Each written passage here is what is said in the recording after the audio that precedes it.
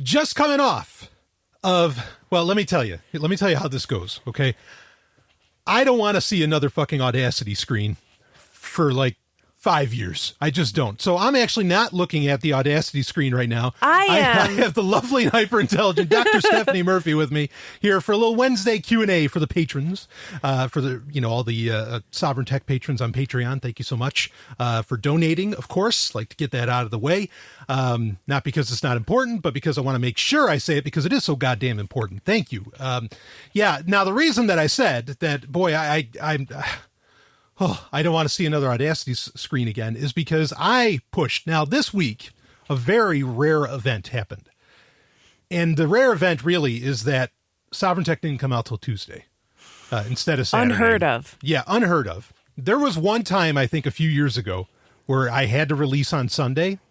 But that was on Sunday. Yeah, right. I was getting messages from people saying, is Brian okay? We're worried about him. People were really thinking, what... You posted on Facebook, well, Sovereign Tech isn't coming out this Saturday, and someone says, oh no, they got his Facebook. Yeah, I think that person was joking, but some people were very serious. They were very concerned. I would have taken it seriously if I didn't know if you weren't right in my house and I knew you were fine. Exactly, yeah. So now, and I'll reiterate this on Patreon, just in case people might not have heard this in a few years. But when I open up the show with the phrase Golden Stallion, that's my warrant canary. Mm-hmm. So if I ever do not say that. And what did you say right at the beginning of this show? You said twice. Golden Stallion. Yeah, twice. Woo, knocking everything over here in the studio. Yeah. It's a wild stallion. Right. So if the intro doesn't say it, or if I don't say it, anyway, there you have it. So so it came out on, we got released on Tuesday, and I released another one of the fictional episodes of Sovereign Tech. Which means that, it's all the furthering adventures that people are used to hearing in the interstitials or in the intros for the various segments of a regular, or what I call a prime episode of Sovereign Tech. I did it where it's all that, the whole thing, there's no reality whatsoever, at least very little. Now, Stephanie, you can attest to this. I mean, doing this episode, and of course, there's episode 199C called Soviet Tech 2, The Red Hope. Which is a sequel to, that's in the name, Soviet Tech 2, a sequel to Soviet Tech, which actually came out almost exactly a year ago to the day. Almost. And which Soviet Tech itself was kind of a sequel to an episode from a couple years even before that, which was Sovereign Tech 2099. Both of which can be found in the links of the show notes for episode 199C. So anyway, pretty much from like Friday night until Tuesday, I was nonstop. This is what you can attest to. I was nonstop sitting at my computer. In fact, I even said the phrase like, I don't know, I haven't peeled my ass off of this chair. I said, are you okay? And he goes, I haven't peeled my ass off this chair all weekend. Like literally my side is still hurting me. Not from laughing, but just like from being in that chair, like in that one position. Because let me tell you, this is fucking hard work. Like for one person, a lot of production work, to do. I mean, I'm not taking anything away from the voice actors. We had you, of course, Stephanie, you did a bunch of parts. Oh, but my job was the easy. I just had the fun stuff. Well, right. So, but I mean, writing it, now, I mean, I had to think it out. I might do like a whole other show about what it took, to kind of make that episode, because people love this. But now, like thinking about what I want the plot to be and all of this, that took probably, like, as far as what took the longest span of time was probably that, is okay, we got to get the creative juices flowing. What is it exactly going to be? Once I know what the story is, I can actually write it really fast. Yeah. In fact, I wrote it in under a day. That entire script. And in fact, there's parts I even took out. It was so cool to see what you wrote. It was just so creative. And they do say that 90% of writing is thinking. So there you go. And that's why it took you so long. But I think it went in a great direction once you had it, once you knew where I was going. Right. I mean, I did note taking, a little bit outlining, things like this, but actually writing out the script, that happened. Fortunately, I mean, I'm writing me. So obviously that's very natural to come out, and you could say it's easy. I don't think I mean, when I say I was sitting there for a day, I was literally sitting there like the whole fucking time. It's really uncomfortable when that happens. It's like you're about to have a baby or like take a giant shit, but you know it's coming, but you haven't given birth to it yet. It won't come out and do the samurai position, put one leg up and it's like, all right, come on, it'll come out. Yeah, exactly. But it was a lot of fun because then after that with the script, had to do the performance, had to get the performances in from the other voice actors, which I think they did phenomenal. I loved working with all of them. Just brilliant, beautiful women. And also, I had to do that. And then it was sitting in front of Audacity. And, one of the things I'll tell you that takes the most amount of time is like finding what works. That takes a lot of time, and I talked about this a couple weeks ago, I think on a Q&A, maybe it was last week's Q&A, where I talked about, I said, to do the 15 minutes at the end of 199B, it literally took me 15 hours. Yeah, because it took you all day. Yeah. Like for every minute, you got to find that right sound effect. You got to find that right piece of music. Now, fortunately, I have a great memory. And I can remember and I'm a huge fan of soundtracks and all this different stuff and music in general. So I have a really good idea of what I want plugged in and things like this. So anyway, I'll save a lot of that talk for perhaps another time. But Stephanie, thank you so much for being a part of doing that episode. You're welcome. I feel lucky to be a part of it. It was so much fun. Yeah. I mean, I'll let you in. I listened back to it and it was just a total pleasure. It was awesome. Oh yeah. Yeah. I mean, here's one review. This is an email actually I just got a couple hours ago. Dude, Sovereign Tech is amazing. Soviet Tech 2, The Red Hope was awesome. I love being a patron. Love that bit of the song from The Mask of Zorro at the end. Ooh, you caught that one. Oh, you must be so happy somebody got your obscure reference. Fuck yes. And what perfect and what an ending. I knew something was up, just didn't know what. Sounds like you have a fucking blast working on these. Anyway, then he I don't know about working on them, but when you're done, you have a fucking blast. Yeah, like I have a blast thinking about them because and well, here I'll read this. He said, "I just fucking love it, man. But whatever you want to do is great. I get the feeling you are living out some dreams by being in these awesome stories you are creating. That's just a whole other level of cool that I think I totally understand. Kick ass, peacefully. Take care, man." So yeah, that's actually from a patron. That's nice, and, dude. Yeah. And there's a bunch of other people that have already emailed, messaged, even mentioned on various social media that was just their minds were blown. Fucking awesome, fucking amazing. So thank you all. It really helps me to hear that because I mean that was a ton of work, and I mean like I would be happy if I didn't have to do but if I didn't have to do I'll just say it, if I didn't have to do like another podcast for a while because that was so hard. It was fun. It was great. I love doing it. The way it turned out is beautiful. I listened to it over and over again. But hot damn. But yes, I will admit to the emailer, I am certainly living out some dreams, when I do these sorts of things. And I am absolutely that. You wish you'd be transported to a femtopia on Mars and Soviet? Fuck yes. No. Oh, wait a minute. Ooh.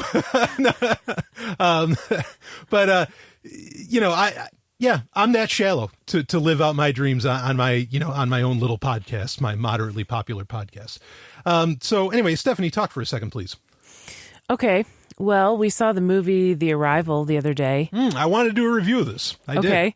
So we can knock that out now. Spoiler that. Alert.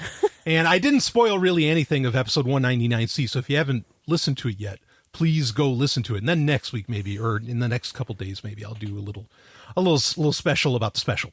The Arrival. We just caught this. I took you to it last night.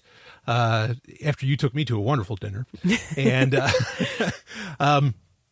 and we went to a theater that I didn't know. It was 100-year-old theater. 100 years old. Yep. But it was more modern than some of the other theaters around. Oh, yeah. In the worst condition. Yeah, exactly. Yeah. But the theater was built in 1916. So it was actually, I felt it was an honor. Yeah. To actually, as somebody myself that takes the motion picture business very seriously, not like the MPAA, but I mean, I have a passion for the art.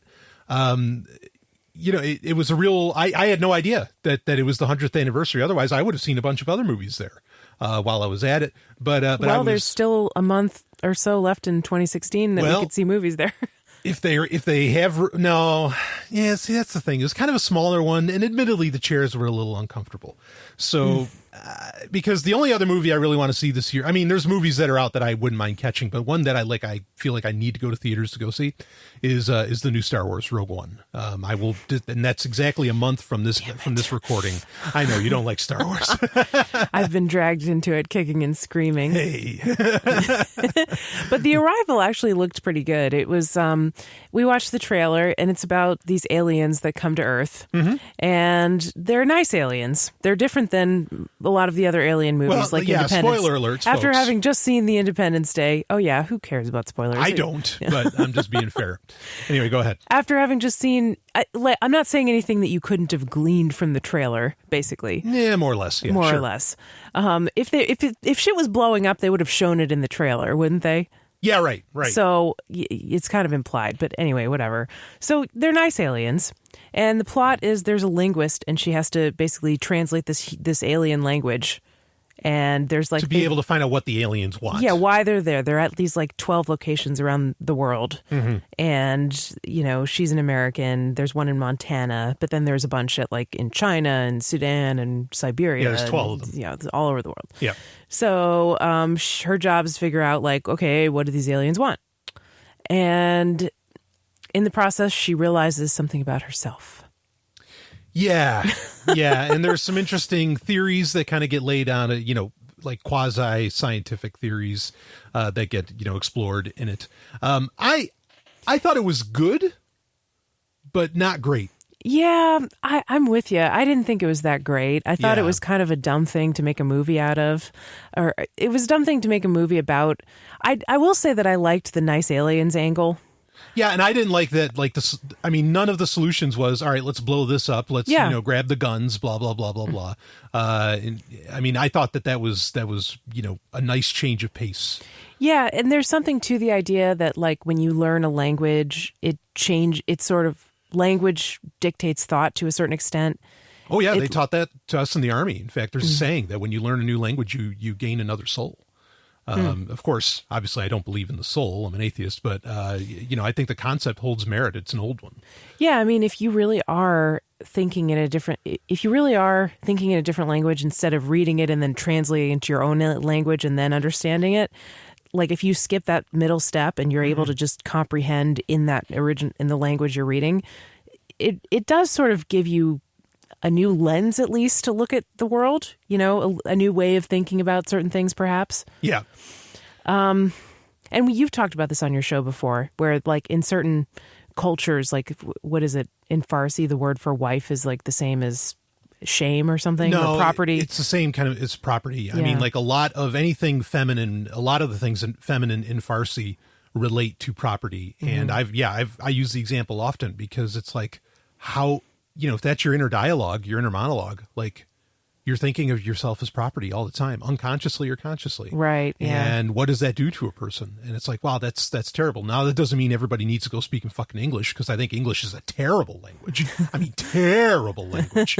But it's there. It's a part of things, and I think language can evolve. Our language evolves. Girlfriend used to be a rebellious term. Girlfriend, boyfriend, those are very rebellious 100 years ago. Now they're, seen as like, well, normal, what does that all mean? But also nonsensical. Nobody thinks it doesn't make sense because she's not a girl, she's a woman, and she's not your friend, she's your lover. Right. So it should be woman lover. Right. So my point being is that we don't need people to be speaking other languages. We just need to give them the freedom to let it evolve, which it can, whether you live in a system of oppression or not. Anyway, I do want to say real quick, before we continue with the Arrival review, we are going to be talking sex and we are going to be talking shit later on in That's this. why I'm here. Yeah, that's why you're here. So there's very good reasons why you're here. I mean, your existence is reason enough to be here. Yeah. So Brian brings me in to do his dirty work sometimes. Oh, please. Just like I use him to do my dirty work. I was going to say. But Arrival, so, it was a largely like non-violent film. I guess I'm giving something away and saying that. Again, I really don't care about spoilers. It was. I mean, it was just like, it reminded me a little bit of Independence Day, the opening sequence where they were showing the alien ships like hovering over these 8 cities or 12 cities around the world. But then it was nothing like Independence Day because it wasn't like there was news clips of civil unrest because people were like, what the fuck are these aliens doing here? Is this, everything's the stock market's crashing, blah, blah, blah. But then it wasn't like that at all because the aliens never destroyed anything. They never hurt anybody. Yeah. Yeah. In fact, nothing blows up. Right. I feel like there was a subtle cue. That's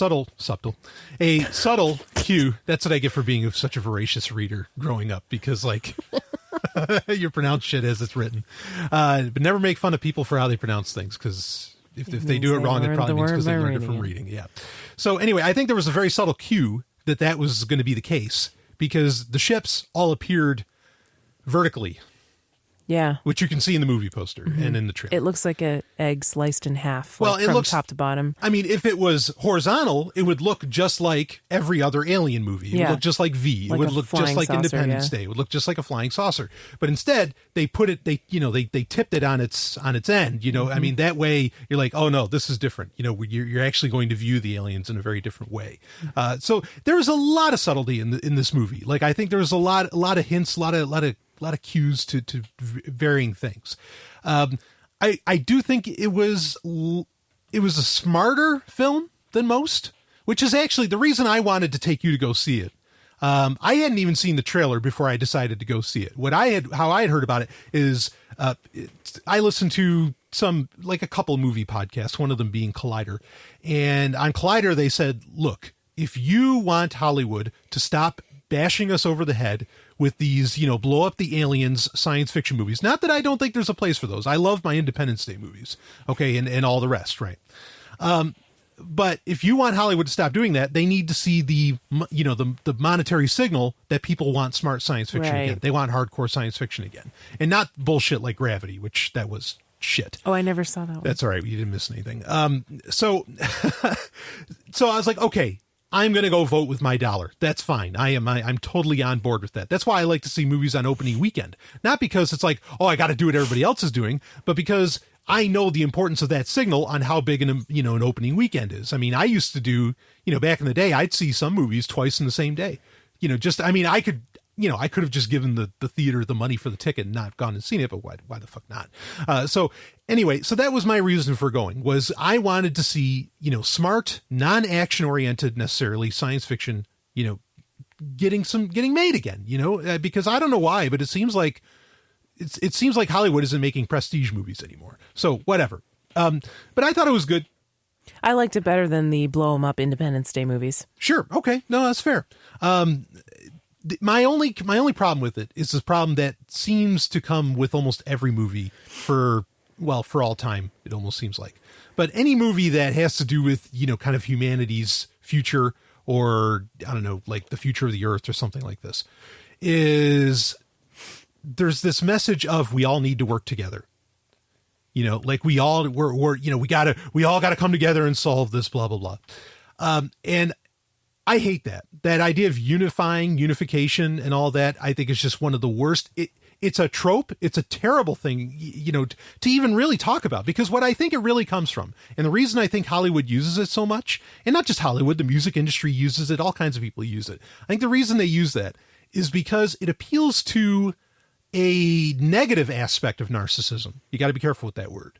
Okay. But I'm meaning the narcissism to where, it can be harmful to yourself or other human beings or something like this, in that you want everybody to do it your way. Because notice the solutions that humanity always needs to get together on are always these like stupid Western civilization ideas, and so I don't care for like the notion of unification. I really wish movies would much more preach individualism, and there's not many that do. Star Trek 3 would be an example of one that does say individualism. It says, fuck Starfleet. I'm going to go save my friend. I'm going to steal this starship. And amazingly, they say he steals the Enterprise when, what if the Federation doesn't have property? What the fuck are you talking about? So how could he steal it? Yeah, it's like, because shut up, stupid. No one's saying they don't have property. But anyway. There was another trope in The Arrival that bugged me almost as much, which was the heterosexual marriage and children trope. Yep. Yeah. It's centered around this sappy fucking love story that they spent just way too much time on these long scenes with emotional music of marriage and children and man, woman, blah, blah, blah. And it was like, oh, really? I'm totally with you on that. Yeah, I'm really with you on that. What's the point, Yeah, but I thought the aliens, the way the aliens are portrayed, I'll give them credit for at least the aliens being very alien. Yeah, Like they weren't human, and that's a big problem that happens. They weren't gray aliens, that's for sure. They were like no other aliens I've ever seen. Yeah, but they didn't even like really parlay any kind of human characteristics to them, which I thought was awesome. You know, I mean, this is a problem that happens not just in science fiction, but through fiction for all time. You know, gods and, you know, Greek gods are written very human. Why is that? Well, I mean, I would argue it's because they were humans. But, you know, even if they weren't, you still get all of this human attribution put onto these characters. And so for the aliens to be genuinely alien was great. I thought that was a nice touch. So, yeah, so good. I agree with you. Like, it was way too heteronormative, you know, or I would have appreciated something else. I'm not saying movies can't be heteronormative, but just it was kind of a slow-paced film. Honestly, it could have used a couple sex scenes. Yeah. And I know that it's me saying that, and people are like, well, no shit, that Brian Sovereign would say it needs sex scenes. Yeah, everything does. I know. Okay, but... Or it could have been cut down in some places, I felt like. Yeah, it had some pacing issues. I'm with you on that, absolutely. So, all right, so you know, we've done this grading system before. A to F, what do you give it? Oh, C+. C+? Yeah. Yeah, all right, C+. You got it. Yeah. Yeah. It was a little better than average. Yep. Like that's how I feel. it wasn't schlock. You know, like yeah, it wasn't schlock. But that's about all you can really say about Independence Day Resurgence by comparison gets a C-. Really? Yep. I love that movie, but it doesn't stand alone, so that's kind of tough to score it, you know? Yeah. I mean, in comparison, Brian, you're falling into the nostalgia trap. You let them play off of your emotions from 20 years ago. No. See, now, all right. I know you're just kind of kidding, but I get annoyed by that argument too, you know, because like I think it invalidates. You think you would have liked that movie if the first movie had never come out? Oh, without the first movie, it's terrible. Right, that's what I'm saying. Yeah, but that's not fair. Like that's why I don't say my favorite movie is Star Trek: The Motion Picture, because it doesn't exist in a vacuum. You know, that's why I have to say my favorite movie is Gladiator, because it exists totally on its own. But yeah, this nostalgia narrative, though, I take issue with that, because I think that invalidates the feelings. Okay, let me have it. Yeah, well, it invalidates the feelings of a child. It's claiming that every child is somehow stupid, and that they really only like something because... That's a big leap from what I said. Well, to say that like they're not genuinely, personally enjoying the film based upon merits of, you know, and yes, value is subjective, based upon actual merits of art, like that's... No, I'm just saying that I think people tend to like things that they're already familiar with. Sure, I think a lot of people do that, but I don't think that should be... A lot of people take that argument and they really broad brush it. I'm not saying you were dumb for liking the first movie. No, I know you're not. I'm just saying your perception of the second movie is so much of the way you feel about the second movie depends on you having seen the first movie 20 years ago. Right? Yes. Yeah. No, of course. Like, I totally agree with that. I'm just saying that there are a lot of people who bring up this argument about, oh, they're destroying my childhood by remaking a movie and all this different stuff. And it's like, well, don't let the bastards get you down, really. I mean, no, right. But right. Yeah. But I mean, no one's destroying a childhood or anything. Like maybe just because, you know, out of, you know, from a certain point of view, that movie is actually, you know, say whatever movie it happens to be is actually great. I mean, I've experienced it. Like, you know, a movie I watched nonstop when I was a kid, it was called The Dirt Bike Kid. I loved the shit out of this movie. In fact, there's even a quote from it that I still use to this day, where this like young kid is looking at these, you know, at these gals at a dirt bike rally, and they're jumping up and down, and they have really, really large breasts. I mean, you know, you can get around, or, you know, you can argue about the creepiness of the fact that it's this young kid, you know, looking at that, but he actually has a saying, he's like, more bounce to the ounce. And I was just, oh my God. And you know, not that I use it often, but like, you know, it still runs through my mind. Anyway, I watched that movie. In fact, my best friend and I at the time, Spock, that was his nickname. We watched it together when we were like 18 or something, right? And the movie's fucking terrible. Like, it's so bad. That's right. It's so bad. You're easily impressed when you're a kid. Yeah. So there's some truth to that, but it's not like a blanket statement. Like, it's not always true, you know, and I think a lot of people, and I feel bad because I think, you know, a lot of people, there are some kids that survive childhood with their imagination intact, with their sense of wonder intact. Yeah. You know, and I know there's a lot that don't. And so, yes, movie companies do play on their nostalgia to try and, you know, like recapture that childlike wonder by releasing either a remake or a new addition to, you know, some franchise or something. I know that people do that, but that's not true for everybody. You know, I mean, there are some people that made it. There's some people that got through. I like to think that I made it, you know, I made it out alive with my creativity intact. I like to think that, you know, this week's Sovereign Tech actually proved the point, but whatever. Anyway, total side tangent. How far in are we? We're like 30 minutes already? Oh, I don't have my glasses on. One sec. Oh, crap. Oh, you look so good with your glasses 25 on, minutes. 25. I knew it. It was about 30 minutes. Shit. And I don't like these to go over an hour, so we need to get to the business. Uh-oh. All right. Time to shit talk. Yeah. Well, why don't we start off? Oh, boy. I was going to, you know, I had some tech questions here. I'll save them for next week. Can you do it? We can do a long show. No, yeah, that's all right. So, okay, well, here, I'll do one tech question for you quick. And it had to do with antivirus or AV software recommendation, you know, antivirus software recommendations. I'm going to ask you about Uncle Virus next. Uncle Virus? I don't get it. Antivirus. Oh. Sorry. That's pretty good. That was terrible. That was good. That was good. All right. Bravo. So I got asked if I recommend any antivirus or anything like that. No, none at all. And maybe I've talked about this in a recent Q&A, but I got another question about it, so I'm just going to redress it. And recently, Eugene Kaspersky actually came out with, he's actually attacking Microsoft for what he feels they are kind of monopolizing, and they are really being like anti-competitive. And which, would that be a shock for Microsoft? No. In that the Windows Defender, which is built into every copy of, you know, Windows 7 and up really, is kind of like making a lot of other, you know, antivirus software meaningless. And yes, it is. I totally agree, you know. And his argument though is that if there's only one antivirus software out there, that being Windows Defender, that means that there's only one target that, you know, malicious actors need to get around. And it's an interesting argument to make, saying that, like, you look, if they had to worry about Kaspersky, if they had to worry about Norton, you know, if they had to worry about, I don't know, any of the other ones, Bitdefender or whatever those ones are called, if they had to worry, or, you know, even the one I used to use was ESET, Node 32. If they had to worry about all those, it would be harder for hackers to really be able to take advantage of exploits and all this different stuff, right? I don't know that I agree with that, because again, my argument for not using an antivirus is because Windows Defender is made by the very people that have complete access to the core of the OS. You know, like, you know, it's made by Windows, you know, it's made by Microsoft. So I don't think that, you know, those other antivirus companies can ever really do what Microsoft can do. So I don't really agree with that argument. So no, I don't recommend using any antivirus software. The best thing you can do is just use best practices in use. Okay. So just don't install a lot of software, and definitely don't click on porn sites and weird.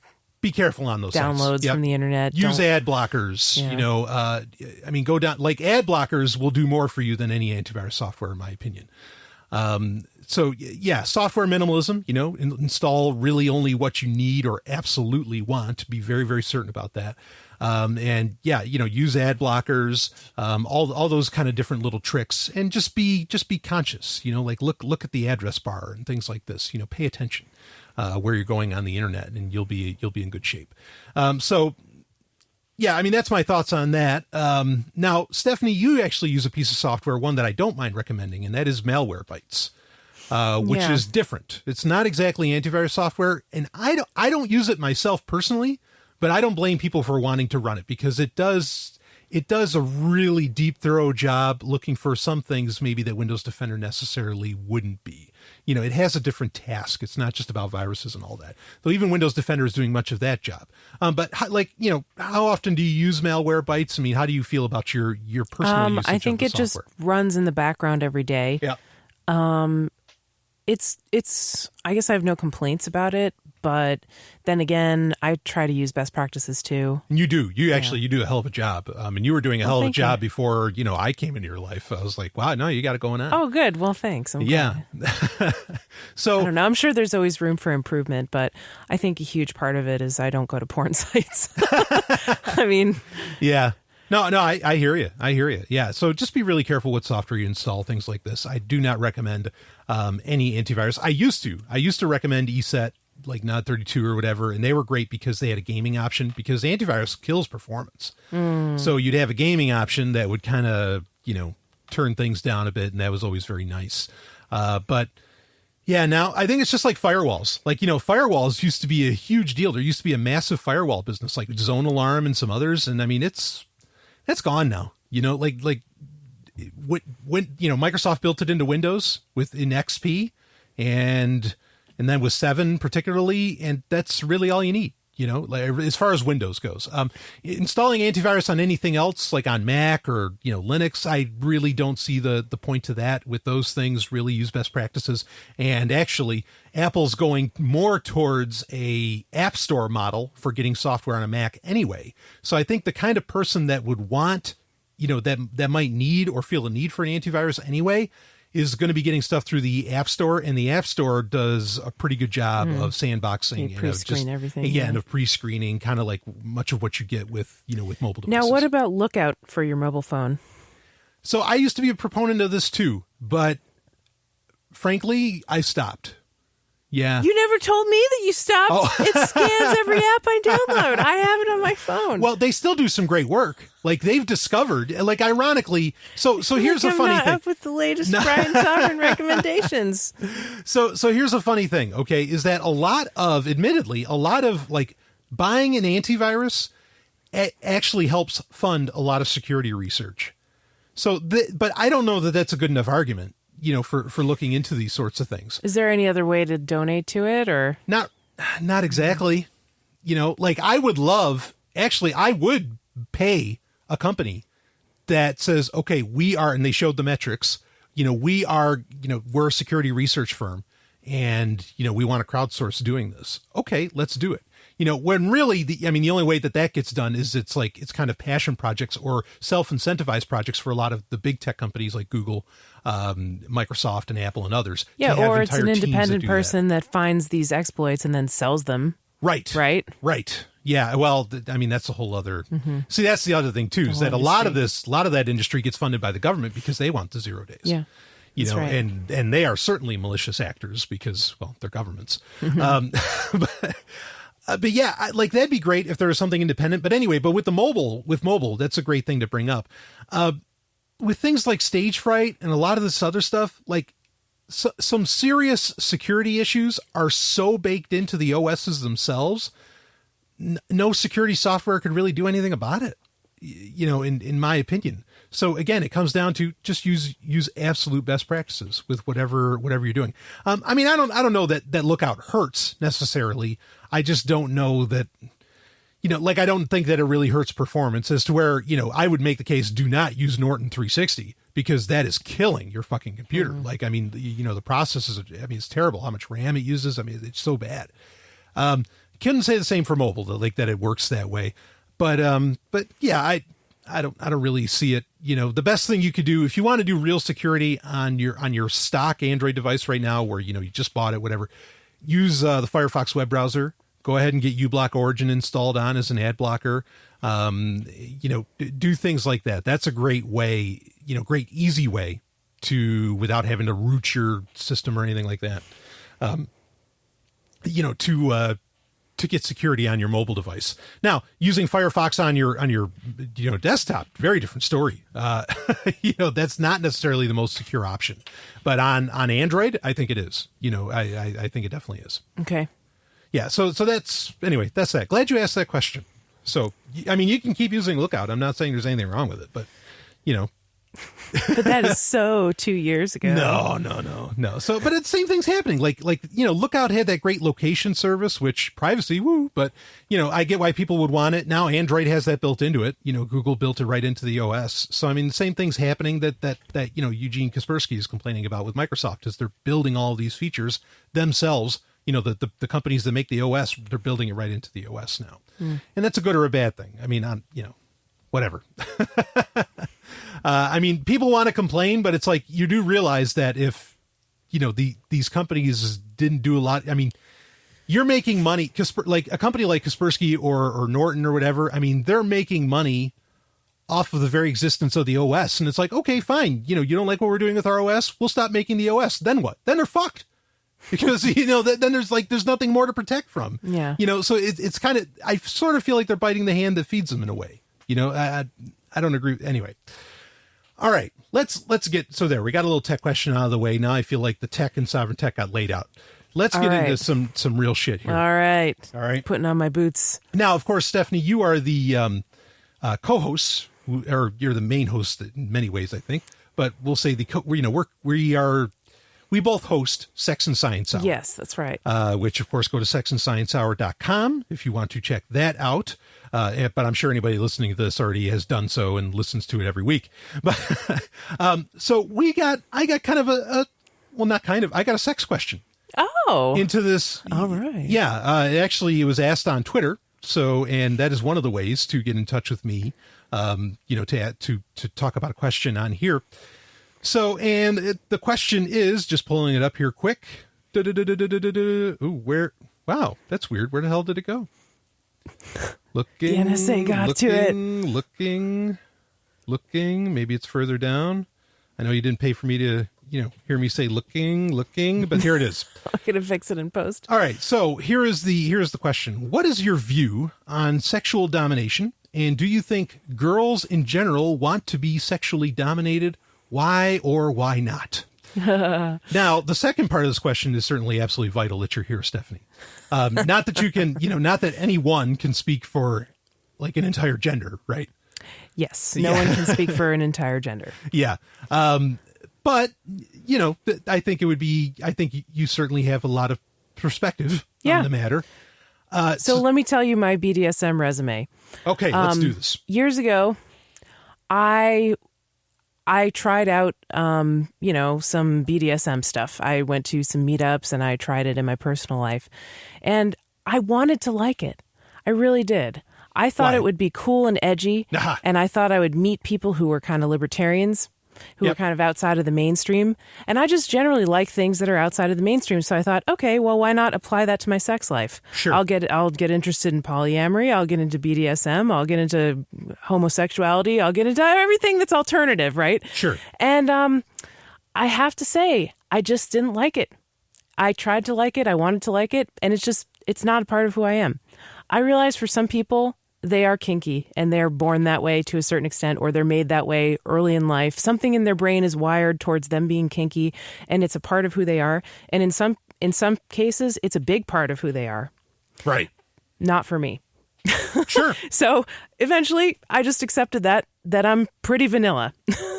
Yeah. But I'm familiar with BDSM and the community and the terms, at least, to a certain extent, more than your average Joe probably is, right? Right. So that's my, I guess that's my qualifier and background.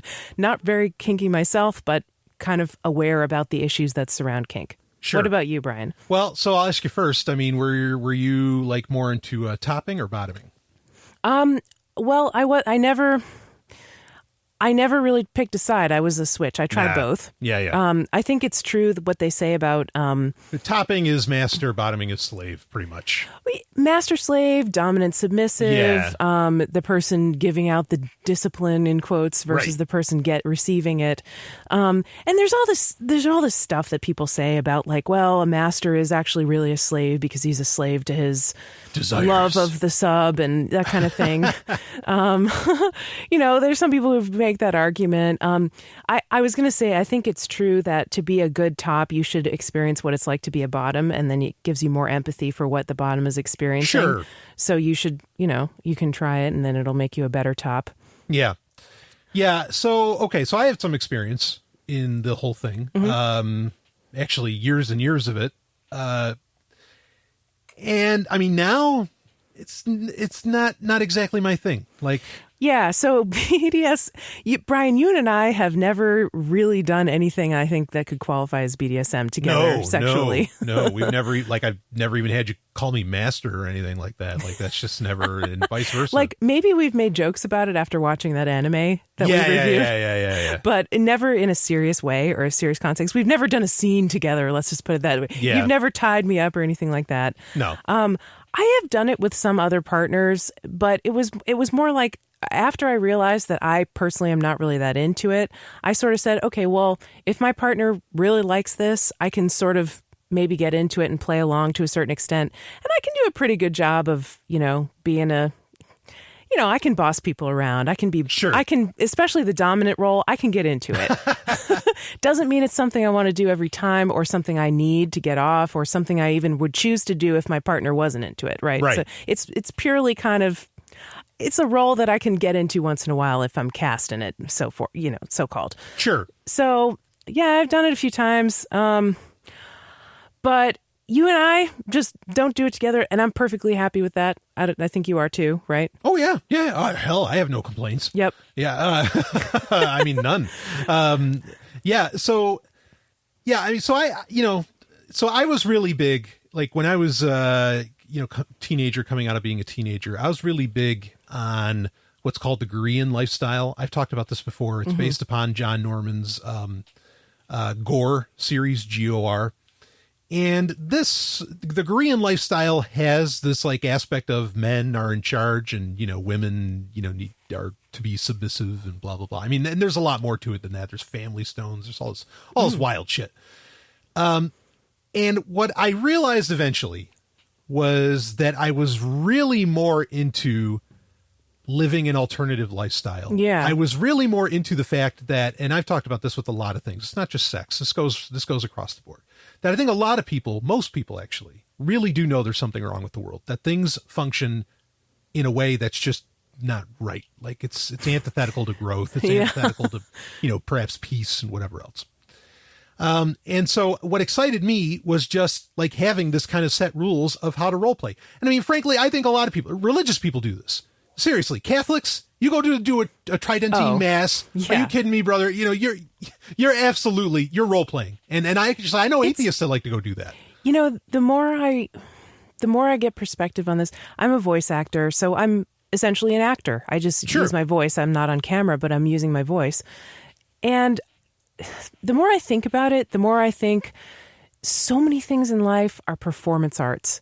Everything is a role to a certain... It's like that corny old quote from Shakespeare or whatever, all the world's a stage and we're all actors, right? It's true. It's really true. When you go to the doctor, don't think for a second that they're not putting on a performance for you to act as the authority figure and to establish themselves as...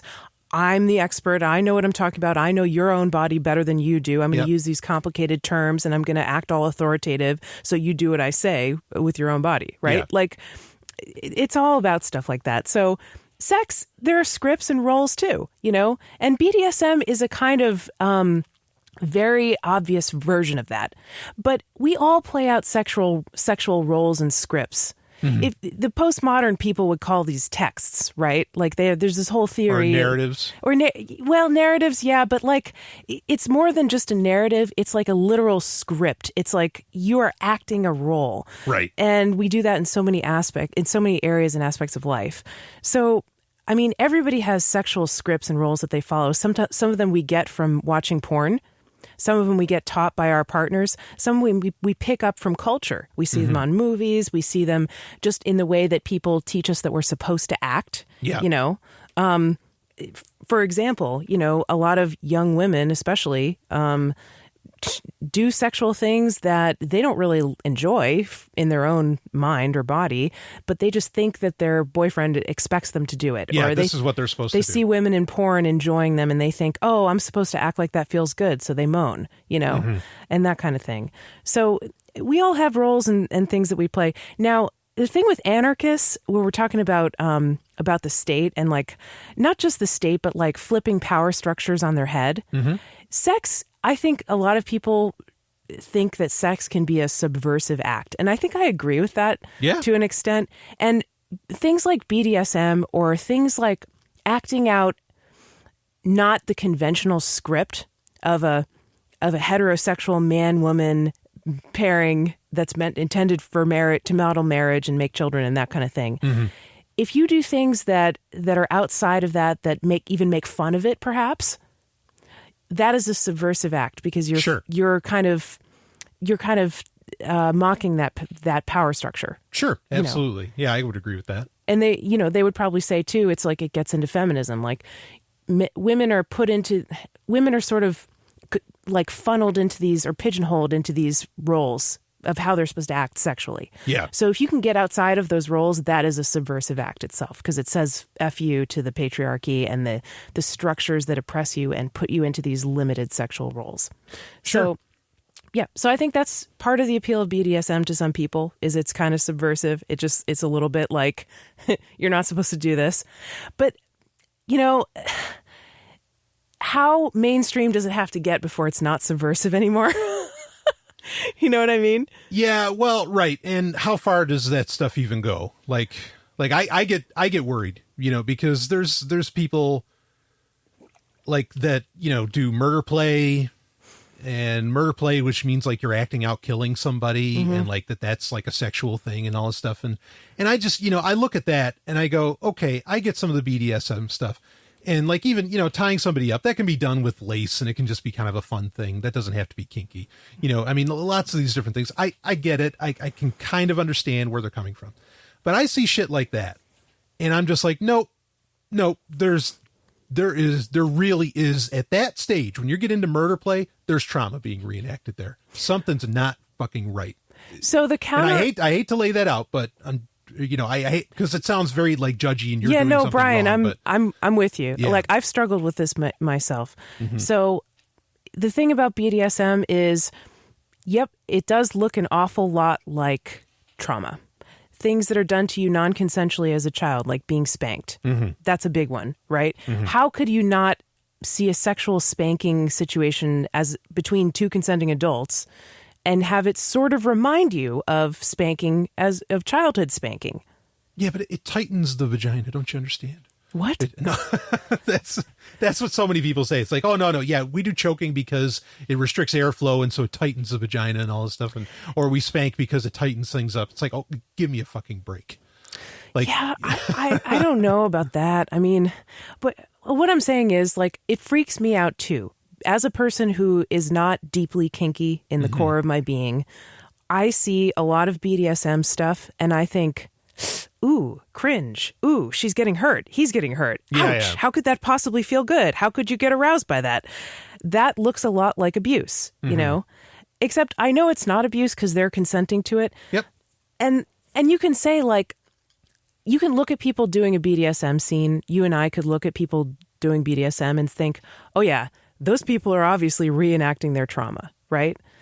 But then again, isn't everybody doing that to a certain extent? Aren't we all acting out our trauma in everything we do? Of course. At least if we have some self-awareness about it and we know that we're reenacting our trauma, does it matter? Like, maybe we could still do it and enjoy it if that's like something that we enjoy. So yeah, I'm on board with that. Again, all the way up until it turns into murder play. Then I'm just like, no, line crossed. So you have they would say in BDSM, you have a hard limit. Yeah. You're using your safe word. Yeah, there it is. Yep. And I mean, and it's like, that should just be seen as problematic. Like, and it's not role play. Like, that's the thing. It's not like they're acting out a scene or something. Like, I get that. Like, one of my favorite sexual things to do is to role play. You know, like, play out like you're doing an episode of Star Trek or some shit. You know, I mean, that is the best. That's awesome. But like, the idea that you just killed somebody and you're going to keep fucking them, like, I'm sorry. There's and I don't want to hear that it's just not appealing to me. Who the fuck does, like, where is that sexy? Like, I just don't. So you're get saying it. you think there's some objective hard limits, you know? I think there's something's off. I don't know. You know, in fact, funny thing. So we used to listen to this show a lot called Sex Nerd Sandra. Yes. Okay. On the Nerdist Network. Yeah. And she had, and I think we've told this story before, but she had a co-host for a while named Dave. Funny guy. You know, he was all right, whatever. And he eventually left the show. And the reasons, I think she kicked him off. Yeah. Right. The reasons are kind of nebulous as to why, but whatever. He was off the show, and he came back on, and she asked him some questions like, you know, how did you feel about your time on the show and all this stuff? And he says, he's like, I know we're supposed to be sex positive and all. He said, but some of the people we've had on, I just listened to it. I'm like, no, you know what? That's not okay. That's really not right. And I think this is a relatively level-headed guy. Yeah. You know, not conservative by any stretch. Oh, I've certainly felt that before, heard some stuff that's on so-called sex positive podcasts and stuff like that. Right. And it's just like, so anything goes. And I'm like, yeah, most of the time I think anything goes in sex. But then when you get into certain stuff, it's like, yeah, that's a little fucked up. That's very fucked up. Yeah. Yeah. So, yeah, even I have my limits where I'll judge stuff, Sure. And then the whole idea of sex positivity, you can question that, right? Because sex positive, what does that actually mean? It's supposed to be affirming and positive, take a positive view of like any sex act, basically. Yeah. That is consensual. Well, sometimes even consensual sex doesn't necessarily feel good. Sometimes it's okay not to want to have sex or to, not be in the mood for it or to whatever, not be up for it or to not be up for doing certain things. And that's okay too. Shouldn't we include asexual people? Their sexuality is valid as well, even if they barely have one or they don't have one. So, shouldn't we be more like sex neutral and not shaming about sex, but also not like, yeah, this is great. Everything's great.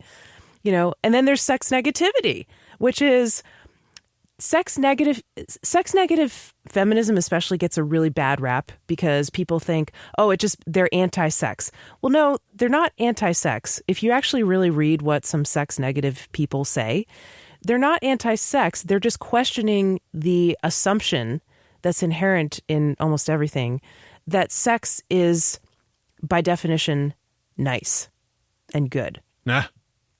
Maybe sex is not always good. Maybe sex is usually not nice and good. Yeah, right. So, okay. There's plenty of sex in the world that's not nice and good. Sure. Yeah, no, well, that's true. Now, that kind of leads into, and we can talk more about this. But that kind of leads into the second part of this, which is, do you think girls in general want to be sexually dominated? No. Why or why not? No. Okay. It's dangerous to assume that all girls want to be, or most girls want to be sexually dominated. If you have a partner, you should treat them as an individual and ask them and have a conversation about it outside of the bedroom.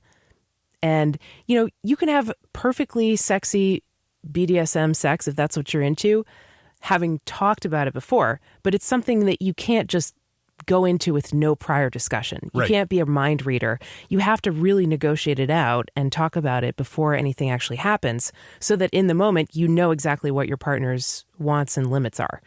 Yeah. Now, girls, do they in general want to be dominated? I say no. I don't want to be sexually dominated. And my own experience colors a lot about what I think about all women in general. Yeah. Because I think if I don't want to be sexually dominated, then not all women want to. You know what I mean? But if you look at data, when 50 Shades of Grey came out a couple of years ago, it was very popular. This is before the movie, but the book was very, very popular. There were astounding surveys that came out where where women were asked, would you like someone to treat you like Christian Grey did in the book? Basically, would you like someone to dominate you? Would you like a guy to dominate you? And it was somewhere like around 2/3 or between 2/3 and 3/4 of women said, yes, I want Christian Grey, which I find kind of amazing and weird. Well, yeah. So I think there's a lot of factors in that. Okay. And I have a couple of points on this. One is that I don't think they wanted to be dominated. Okay. I think what was attractive about Christian Grey is money? Yep, exactly. Because I guarantee you, if that book was written about a hobo, with all due respect, actually, there's people who choose to be homeless and it's a totally fine decision. Yep. Okay.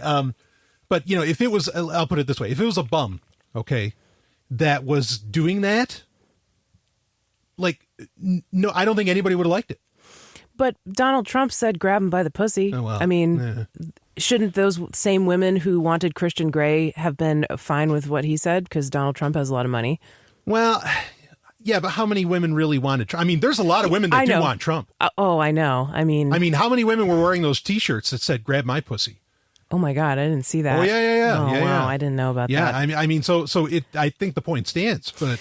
Yeah, I mean, there are some. I wasn't meaning to put you on the spot with that question. I don't think there's a good answer to the question. Sure. I just think it shows some contradictions in our culture, because not every woman who there were some women out there who said, yes, I want Christian Grey to top me in the bedroom.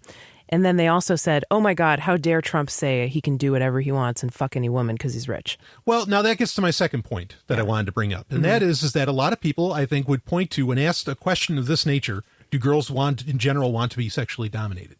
A lot of people would point to, like they talk about Nancy Friday with, My Secret Garden and all that, where, it's these anonymous women saying, oh, these are my fantasies, like even fantasies about, paternalism, or, I've read the book, like there's all these other things, and where, also supposedly statistically, women do have a lot of rape fantasies and all this. Now, here's the thing. Okay. Here's the rub with all that. No pun intended, and I mean that. They want to be in control. That's the thing. In rape fantasies, in all of these fantasies, they're really in control. Right. They're setting up the room. They're setting up the situation. Yeah. And even with Christian Grey, like, they're choosing to read the book. With Trump, they're not in control. Yeah. He's in control. And he's got, the largest army in the world behind him too, which is kind of problematic. But yeah. So you're saying maybe they want to be able to act out and explore some of these things in a context where they're safe and they're in control. Yeah. Yeah. And that's a lot of what it comes down to, is that in your fantasies, there's an automatic safety that's there. Yeah. And that's what people, I think, really want in sexuality, is they want some kind of safety. Even in sexual dominance, some degrees of BDSM, like say a woman is bottoming, say she's being the submissive, like there may be a certain, like, part of the attraction there could be that there is this, dominant male that will take care of her. Now that's very conventional. That's following like those postmodernist, like the idea of text that you described and all this. Yeah. But that could be part of the heat. Does that mean that that's something biological, that's something that all women want and all this stuff? No, they don't want to be dominated by men, but maybe they want this certain feeling of security and safety within sexuality, which, guess what? Yeah. Sexuality is so skewed in our culture that I don't blame people for wanting that. Oh yeah. I get it. I think I can really understand and get when a woman is turned on by a man who is so, unless she's a lesbian, or by somebody who loves them so much and is so invested in them that they want to protect them at all costs, that they want to just, sort of lay down their life for them, I guess, or sure. I don't know, just be their total protector. Now that brings me to another point. When the question asker says, do all women want to be dominated? I think, maybe there's even a majority of women who might be interested in some level of sexual domination. Sure. That they want to be submissive to somebody, but they don't want to be submissive to just anybody. Aha. They want to be submissive to somebody who is worthy. Aha. Ooh, somebody who has earned it. Somebody who makes them want to submit. They don't want to just lay down and submit to any doofus, It has to be someone who's worthy of their respect. Yeah. Who has earned their respect and who acts like a dominant. It can't just be anybody, and they don't get turned on by being dominated itself. It's being dominated by somebody who, quote, deserves it. Sure. So do you understand what I'm saying? Well, I'm kind of reminded, and I don't think this is the best quote, but I'm reminded of Dagny Taggart and Ayn Rand. Yeah. Where one of my favorite scenes in the book, where she says to Hank Rearden, says, I want to be able to say, I sleep with Hank Rearden and I earned it. And, Yep. And well, yeah, I hear what you're saying. So like the thing is, like, the question. Now, I appreciate the question. So when I say that the question itself is problematic, the question is not problematic. Okay. But I'm saying that, like, I feel like the way that these ideas are being laid out, is it really dominance? Like, is dominance the right term to be used for what this woman is feeling, that the word dominance gets used to describe what's going on for her?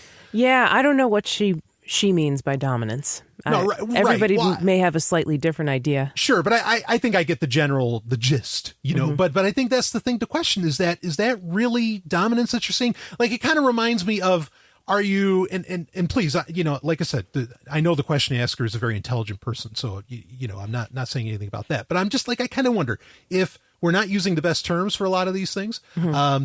And it's like how you parlay, there's a word for this, but I can't think of it. How you parlay human faculties or, human mannerisms, whatever, onto an animal. Oh, and like anthropomorphizing. Anthropomorphize, there's another word, but that's good. Anthropomorphize is fine. Like where you put on the idea that, well, animals get married. It's like, no, they're fucking animals. They don't get married. Yeah. Domination could mean a lot of things. And I mean, there are some people who make the, I think, valid argument that inherent in heterosexual sex between a man and a woman, there is already a dominance dynamic because the man is penetrating a woman with his penis, right? Sure. So it, like, inherently, as a person who gets penetrated, you are experiencing a more vulnerable position. You can be hurt more easily. You are receiving and enveloping, and the person who's penetrating you is penetrating. Sure. They're kind of going out and sticking it in. They're putting it out there. You're taking it in. So there's a difference in those roles in sex. You may not think much of it, but it actually is. Like, if you don't think much of that role, if you're a guy, try getting penetrated. Try letting someone just stick their fingers in your mouth. See how it feels. Sure, right. You might feel very vulnerable, and you might not expect to feel that vulnerable. And uncomfortable. Uncomfortable? Sure. Yep. But you were biologically designed to take the dick, Stephanie. Come on. I'm being facetious, but anyway. I don't know if I was designed and destined for that one specific act. Well, there's even arguments against that, but yeah. Right. Yeah, so some people say that heterosexual PIV, penis and vagina sex, is inherently the man is dominating the woman. Okay, that gets taken even further in porn, where men do lots of domineering acts to women. They do anal. That's even twice the vulnerability and potential for pain and hurt. And, sure. They do, they pull hair, they spit on the woman, they, call her names, they're always above looking down at the woman. The woman's always looking up, giving a blowjob or whatever. Yeah. They're doing blowjobs. They're coming all over the woman, spraying her with cum. A man would never let himself get, doused with goo, right? In a traditional heterosexual porn. Yes. Yeah. Yeah. I mean, so obviously the man is showing dominance there in all of those different acts. Now, are any of those BDSM? No.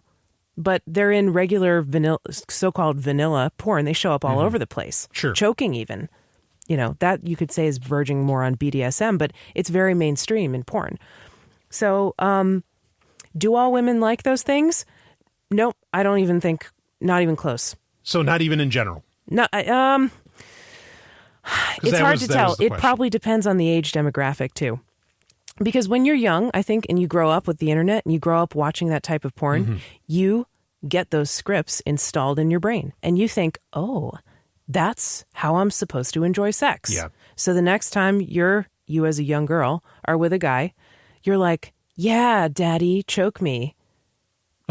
Because that's what you saw in the porn, and that's what you think he wants you to say, and that's what you think you're supposed to say. And then part of you is like, oh, yeah, I did the thing that everybody else does and seems to enjoy, so I should enjoy it too. And then you start moaning. And so, that's kind of what happens. So are they genuinely enjoying it?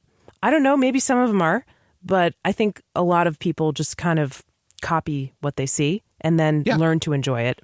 Sure. And if they grew up in a different cultural context, it might be completely different. Sure. So, yeah, me as a woman in my 30s who does not really watch much porn, I can sort of listen to my own voice a little bit more about what I like sexually, and I do not like that stuff. Okay, so to answer the question, do you think girls in general want to be sexually dominated? The answer is no. No. Okay. Yeah, no, fair enough. That doesn't mean there aren't some girls who do want to. Sure. But you have caveats. One, she only wants to be dominated if she explicitly says that she wants to. When she's sober, if she consents to it. And she's chosen a person. And she only wants to be dominated by a person that she approves. Right. Okay? So the sub is in control. Yeah, in a very real sense. Yeah. Yes. Yeah, absolutely. Because the danger in answering that question and saying, oh yeah, on some level all women want to be dominated by a man, is that every schmuck rapist man who hears that thinks, oh, so all women want to be dominated and they want to be dominated by me. I knew it. Yeah. And then they have carte blanche to go about, sexually assaulting people. Yeah. And we don't want that.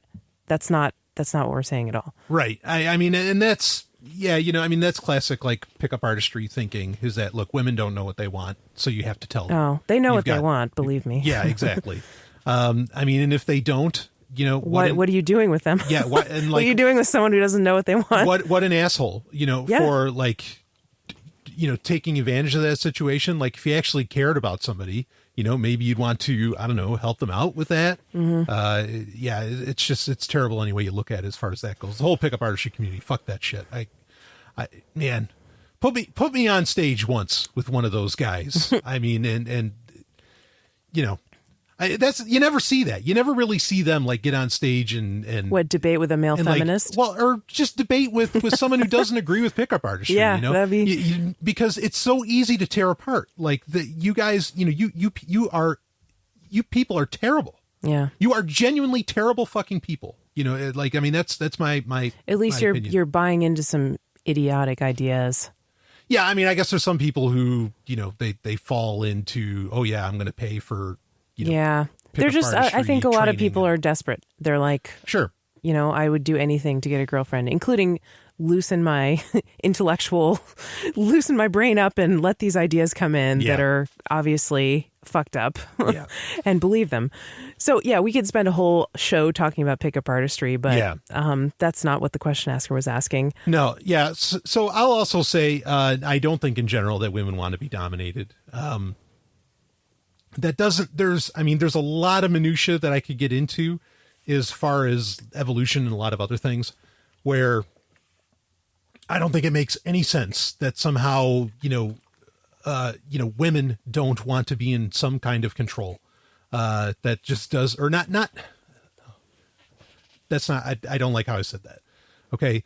There's like that they don't in control of themselves, not in control of the overall situation. Like, it just, who wants to feel out of control and powerless, right? Like that's not sexy or domination, fun. Right. Domination is literally, losing control, and I don't think we would have gotten anywhere. We wouldn't have gotten here if we were into that sort of thing. The very fact that people don't like to be controlled is probably what allowed for the, upsurge of humanity, as it were. I mean, it certainly had nothing to do with, some kind of cultural bullshit or, or Western civilization or something. That's ridiculous. So anyway, I mean, I guess as far as the why, I mean, that's my why. It's just that people don't like not being out of control. They want to have control. Mm-hmm. And I mean, if they're into, and I'm not, other than, like I said, other than the murder play thing, I'm not writing off people's like sexual preferences and choices. You do what you do, and, I love the idea of sex being a very subversive thing. I mean, I think it needs to be over the top, and there's people in this. Some people even say it's healing, like to get to reenact their traumas, but consciously and on their own terms. Right. They say that's very healing for them. I don't know how conscious it always is when people are engaging in BDSM, but it's not really for me to go judging people and say, oh, you don't have enough self-awareness in your sexuality. Like, no, that's not going to help anything. You figure that out for yourself. Yeah, exactly. Exactly. Yeah. So, this, I mean, because, unfortunately, I feel like in kind of some of the circles that we have either now or historically have run in, I feel like there is a real turn to going back to these very heteronormative, maybe even domination based relationships. And I don't mean like BDSM necessarily, but just that like, well, one person in this relationship is fucking in charge and the other person needs to shut the hell up, but they're going to, they're going to get a fat lip or something. Well, it says in the Bible that wives are supposed to submit to their husbands. There you go. And that's not in a BDSM way. No, right. They just mean like he makes the decisions. He tells you what goes. What? Well, because there's another verse that says, treat your wife like the church. And so I always used to say, is like, so what, you regularly go and whip the church and, and spank it. And what do you do to the church exactly? That you're going to treat your wife like that. Treat your wife like the church. What do they mean? Like love it, donate to it, it means give money to it. The idea is that, she's sacred. She's sacred. Oh, right. Yeah, it's supposed to be, it totally offsets like the idea that she should just, do whatever the man says. Like there's a limit on that. But of course, a lot of religious people this is the only way I imagine they stay religious is they pick and choose the verses that they want to follow, because if they went with everything, well, anyway, they'd be atheists, but at least I would think so. But that's me being an ass. Yeah. There's probably Christian BDSM people out there. Of course there are. I think we've seen the websites. I think we covered them on Sovereigntech, actually. We've definitely seen the Christian Nymphos website. I don't know about BDSM.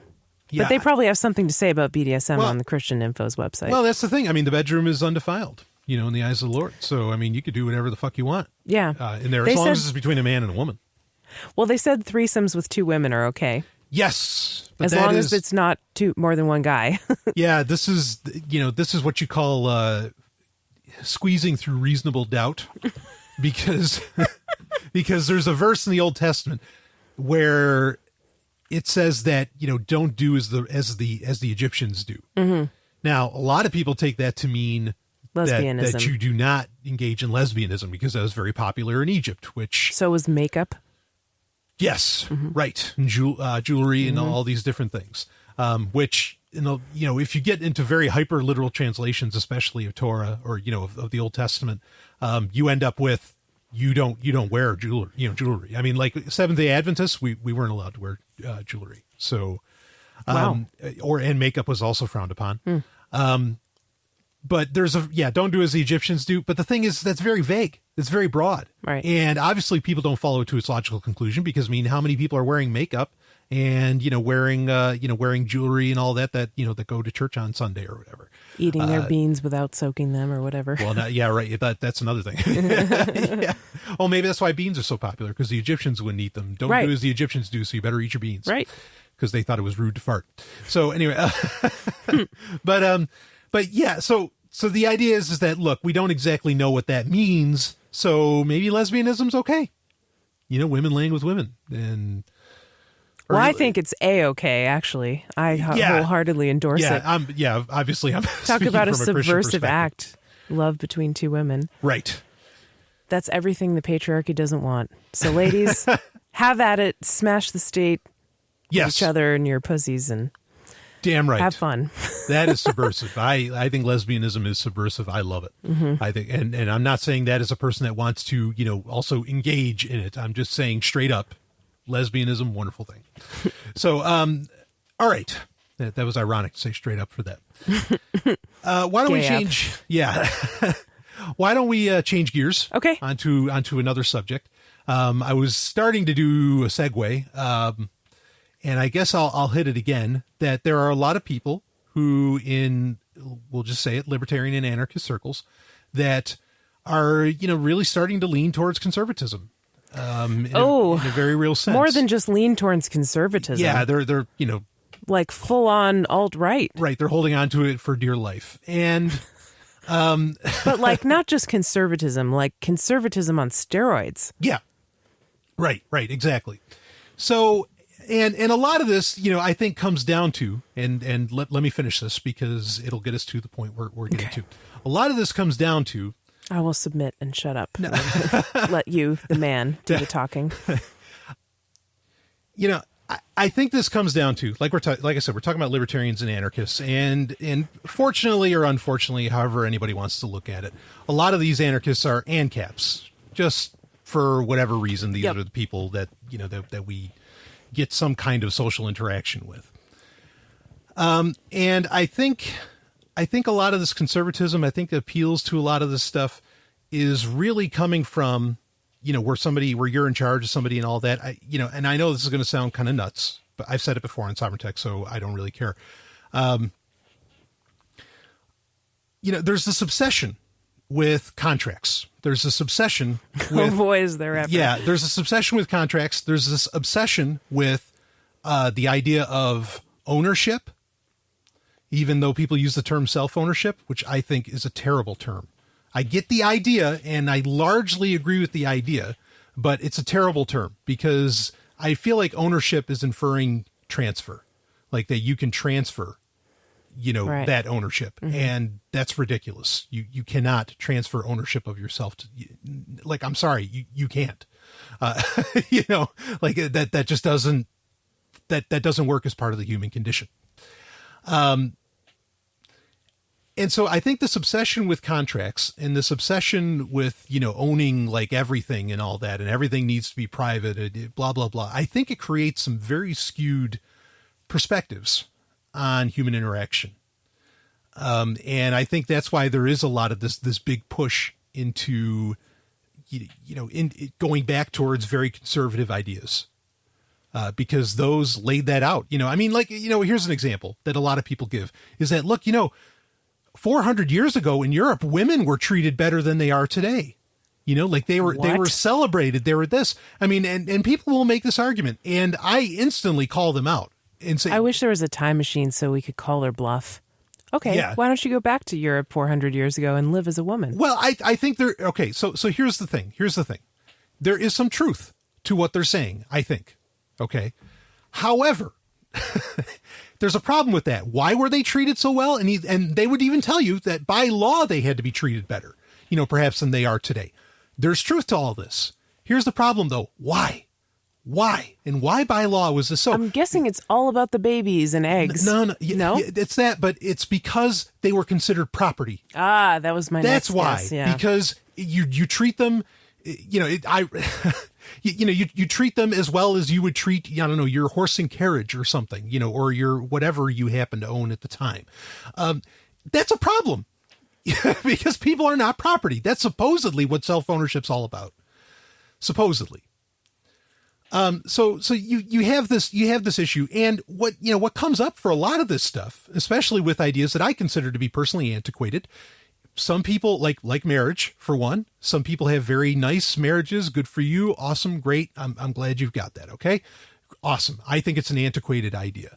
All right. Now, because the thing is that suddenly when you bring in ideas like marriage, when you bring in all the popular the conventional concepts of a relationship. Okay. And then you take this extreme, I'll say, reverence for contracts and for property, all these different things. And you put those two things together, and suddenly I think you run into some real problems. Okay. You run into problems where your human nature perhaps starts to stand in stark contrast to what you preach, to like some celebritarians, which are, these very popular or well-loved libertarians or anarcho-capitalists or something. Because recently, now I'm going to name names. All right. And I'm not letting anything out, that isn't already plastered all over the internet. Recently, there's been a case with a guy who I've never really cared for at all. And I've made it clear, even if I ever felt like I was an ANCAP, I've made it clear I don't like this guy, and that's Larkin Rose. I disagree with so much of what he has to say. I think it's harmful. It is, even if the idea is, well, we got to spread liberty or we got to get to that libertarian paradise and all this stuff.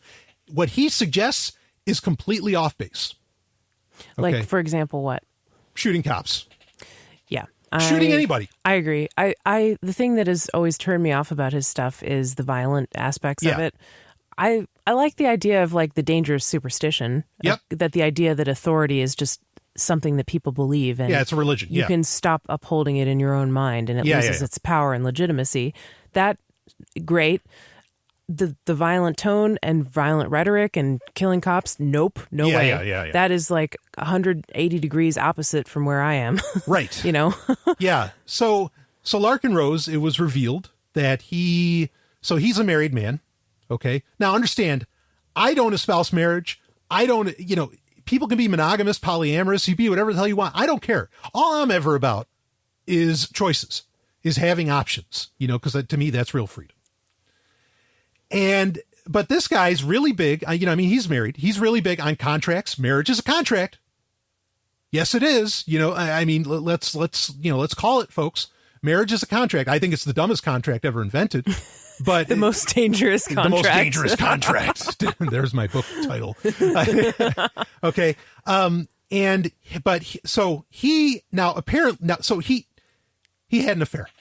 Okay. He had an affair, and it is, he participated in an affair. Yeah. Okay. We don't know if it was an affair from the perspective of his wife.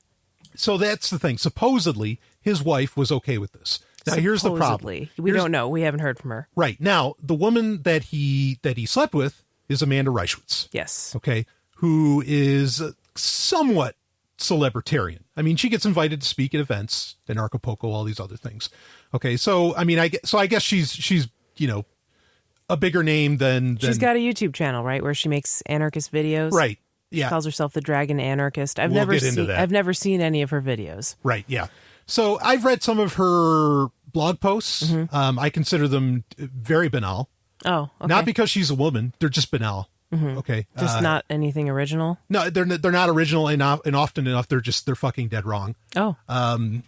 What was an example of something you disagreed with her about? So she wrote up a post about technology. Mm-hmm. Obviously, I have very strong opinions on that.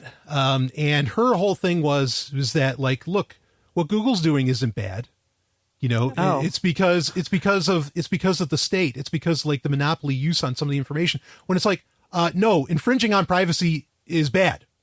Yeah, at least it's hard to separate out Google from the state at this point. Right. They're so cooperative with the state. Yeah, exactly. There are I agree tech is just a tool, but there are technologies that are absolutely defined or designed for oppression.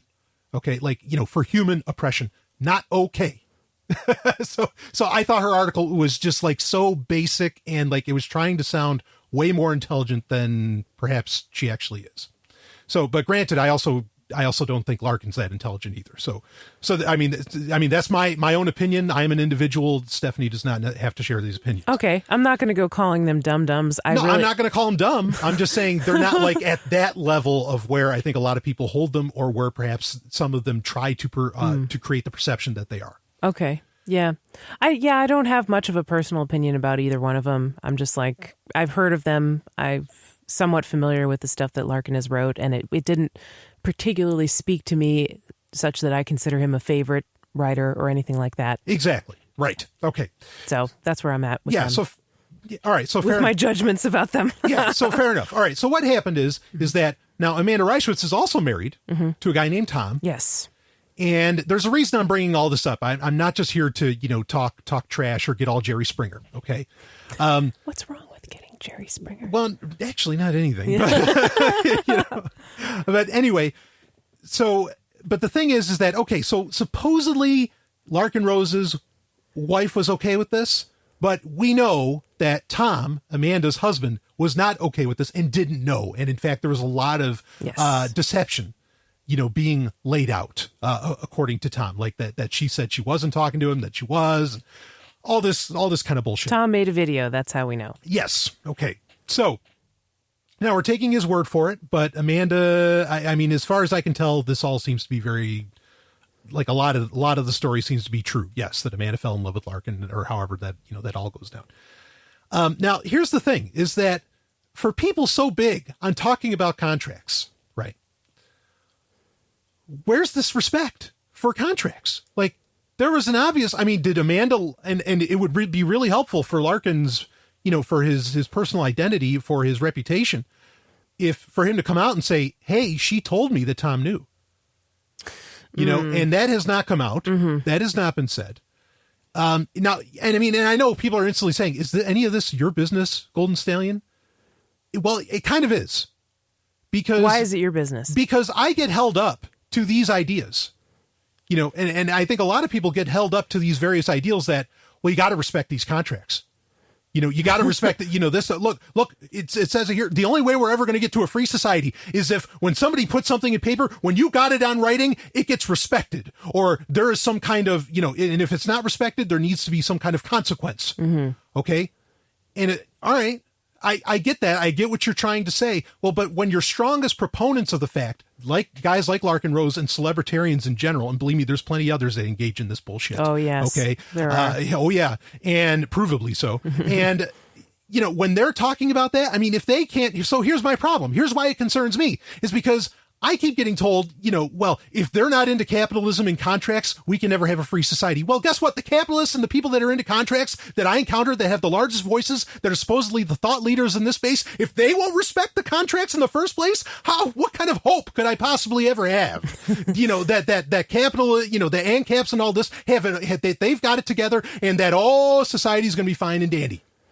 You know, if we just get rid of government and let these people call the shots. So you're saying they're hypocritical? Yeah, that's it. They're hypocrites. They're absolute hypocrites. I've got more. I want to get more into about Amanda Reichwitz here in a minute. Okay. Yeah. But they are absolutely. Do you know if Larkin talks a lot about contracts in his work? Sure. Iron Web. It's all over the place. Okay. So at the very least, he was not respecting Amanda's marriage contract because he was participating in an affair that violated her marriage contract. Yeah. And possibly also not respecting if his wife was not okay with it. Right. As was claimed. Yeah. Yeah. Well, I mean, and regardless of that, I mean, now understand. Look, the actual action, take away the marriage, or, you know, take away the contracts. I have no problem with, I mean, like, largely, I don't care what happened. And frankly, like, well, okay. There is a kid involved. Amanda and Tom had a son. And it started to affect him, apparently. Yes, apparently it started to affect him and caused their breakup, which I'm sure affects him. Right. So I feel bad for him. And yeah, definitely if either of them are talking about peaceful parenting, that is hypocritical as well. Yeah. Because you're inflicting your own drama on this kid. Right. Who's negatively affected. Sure. Yeah. So I have a really huge issue with, I mean, I honestly, like, straight up, I love it when celebritarians kind of fail. Because these people, look, I don't hold them up. That's what's funny, is that people, the response that you get when you complain about the fact, or when you call out these people, that they didn't live up to that ANCAP standard, okay, which is a higher standard than other people I think would get, you know, held up to. I think conventionally that's what people would think. All right. The automatic complaint is, oh, well, you had them on a pedestal and they fell. No, I've never had any of these asshats on a pedestal. Mm-hmm. Okay, everybody else has, and that's why I'm bringing it up, because I'm trying to tell you, you know, look, the emperor has no clothes. You know, and in fact, Larkin lost them at Amanda's house. That's funny. When are people gonna realize that all public figures are hypocritical?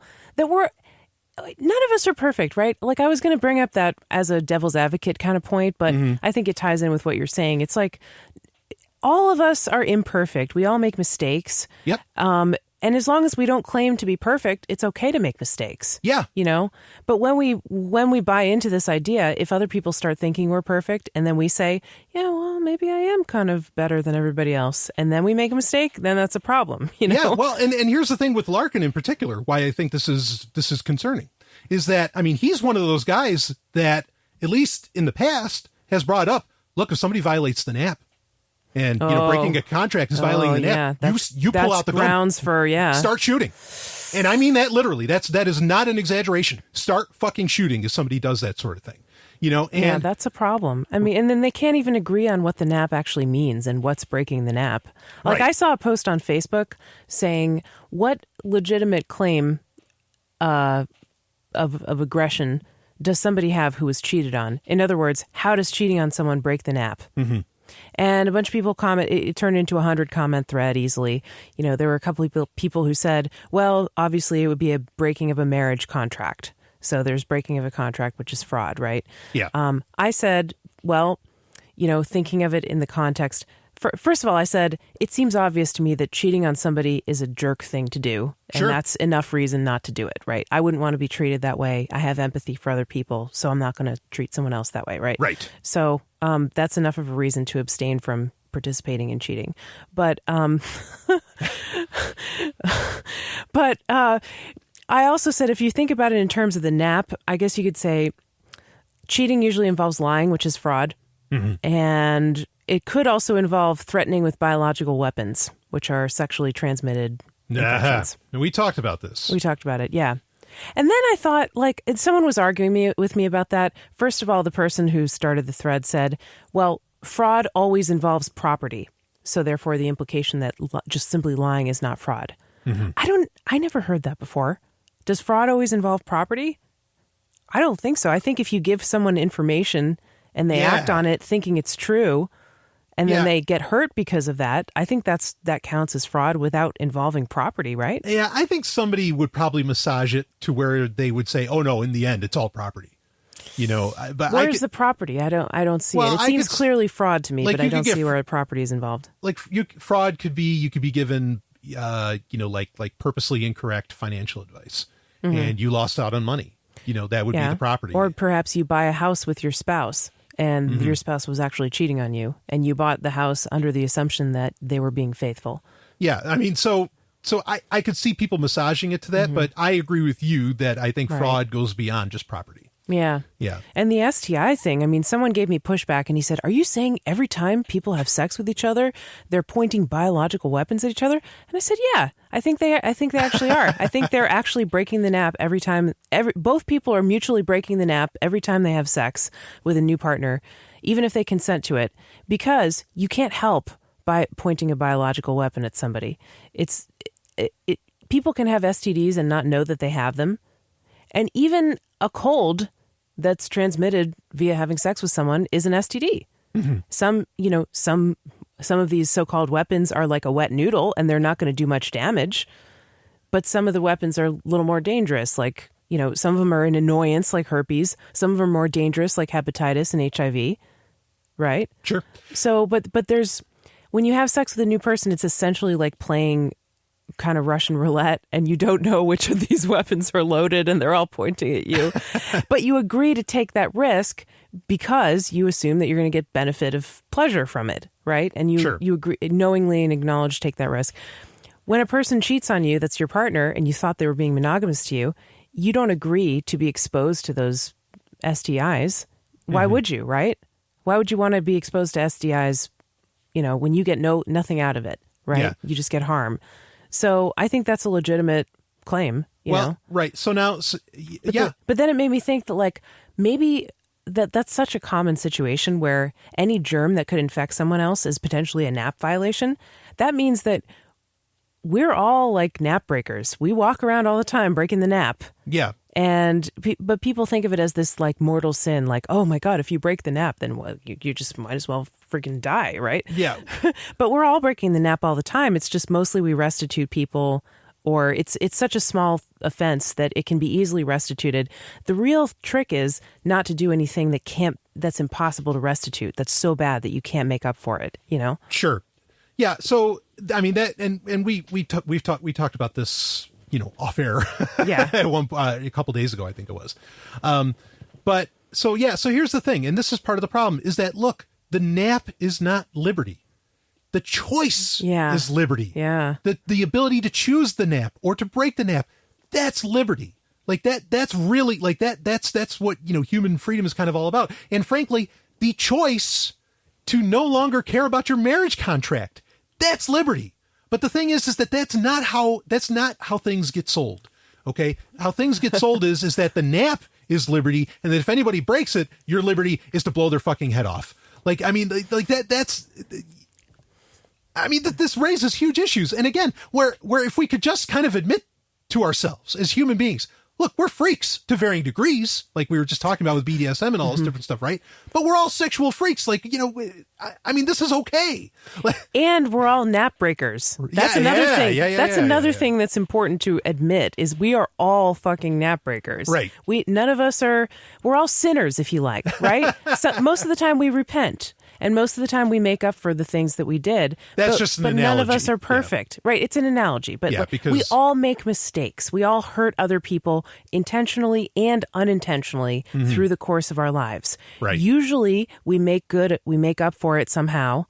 Right. Yeah. Some people do it more often than others and make good on it less. And then those are generally considered people to watch out for. But the point is we're all fallible. We all are human and we make mistakes.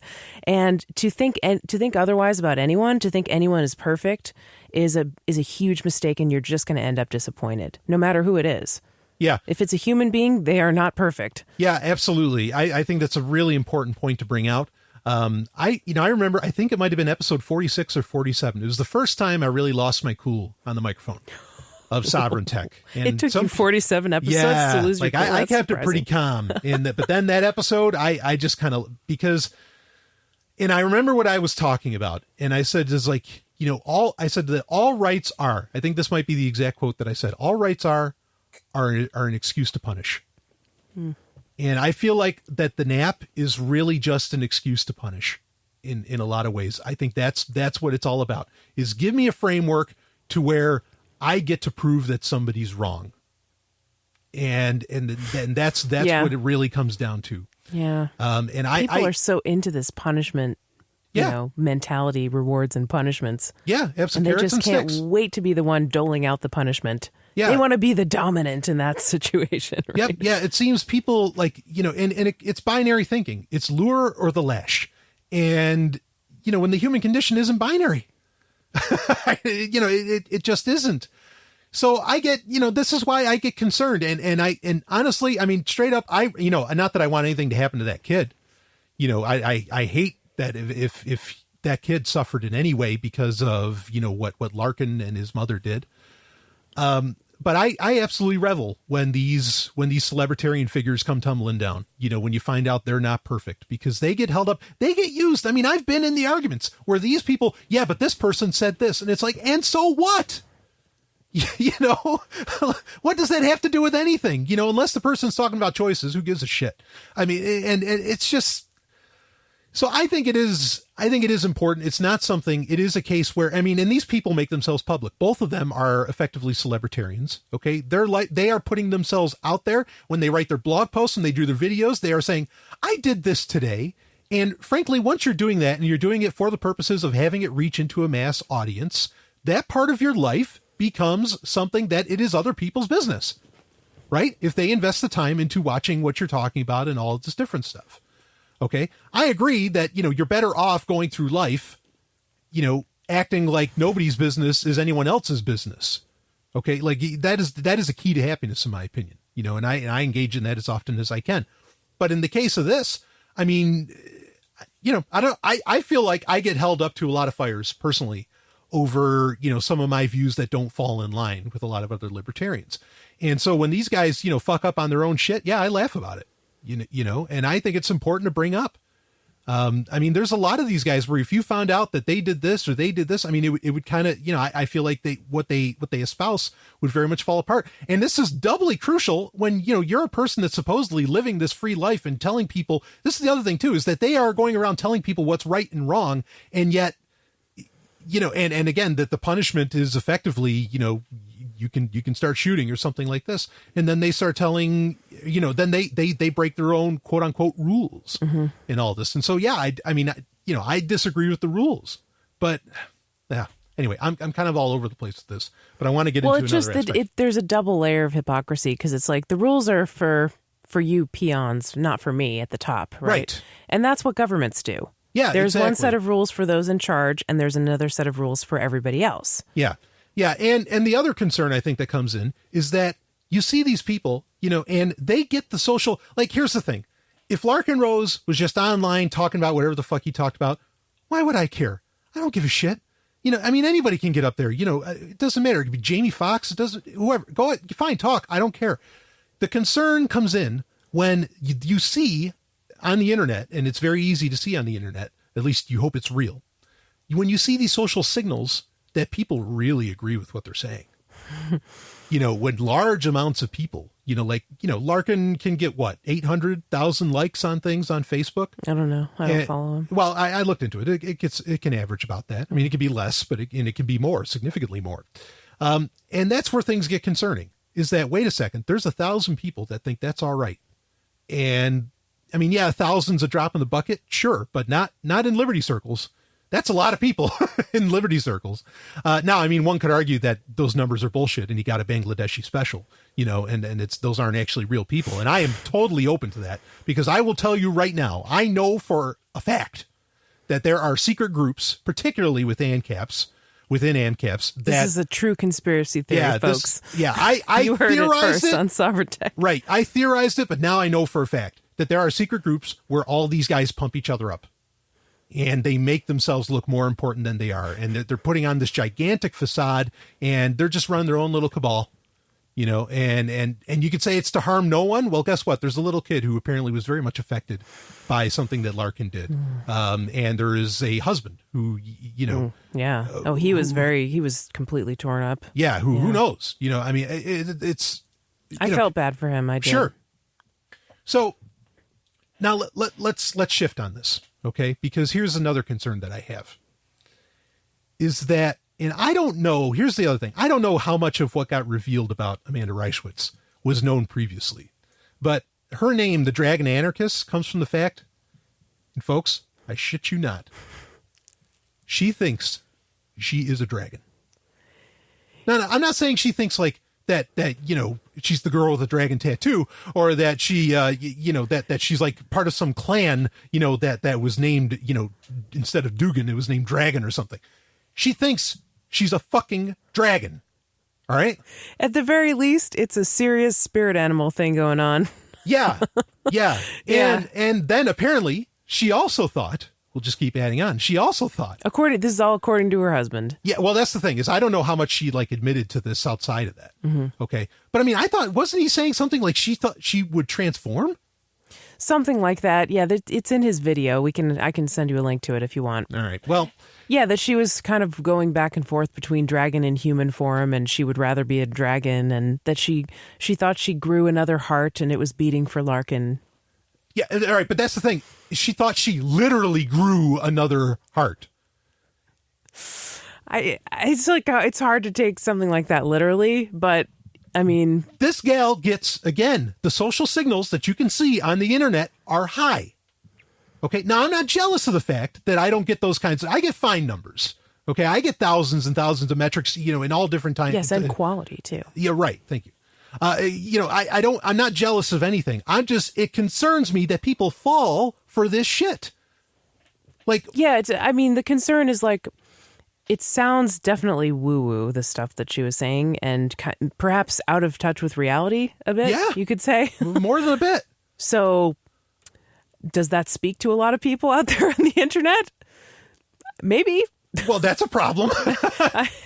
Woo-woo stuff can be very popular. I don't know. I mean, again, I've never seen any of her video. I'm really not trying to judge her or throw any shade in particular, but it's just, I agree with you that people are hypocritical. Anytime there's a famous person, it's guaranteed pretty much. Oh, yeah, it's Jim Baker, you know? Jim Baker, right. My brothers, I have sinned. Yeah, and Jim Baker, for those who don't know, was a mega church pastor. Oh, no, he was like the first televangelist, or one of the first. I mean, one of the first televangelists, ran PTL. PTL, Praise the Baker. Lord. Yep. That was a TV network or TV show. Yeah. Had a big church, was married to this woman, Tammy Faye Baker, who just caked on the makeup like no tomorrow. That was because she was kind of famous for that look.